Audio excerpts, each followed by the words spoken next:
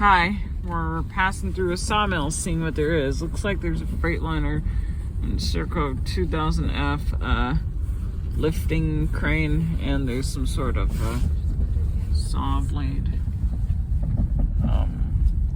There's a Western Star logging truck coming here.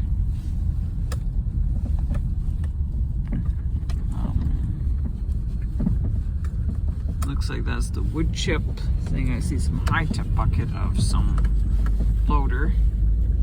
I think there's some sort of loader around here. Yes, I think I see a Volvo.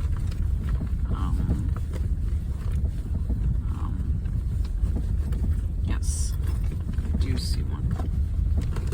So, loader-wise, this sawmill has a Volvo L120F.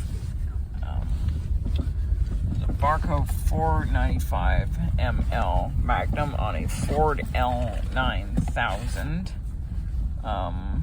There's another Volvo way over there.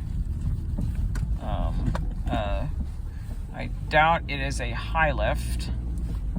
There's a weigh station for logging trucks, and yeah, that's the sawmill, Forespect Inc. on the way to Mont Tremblant.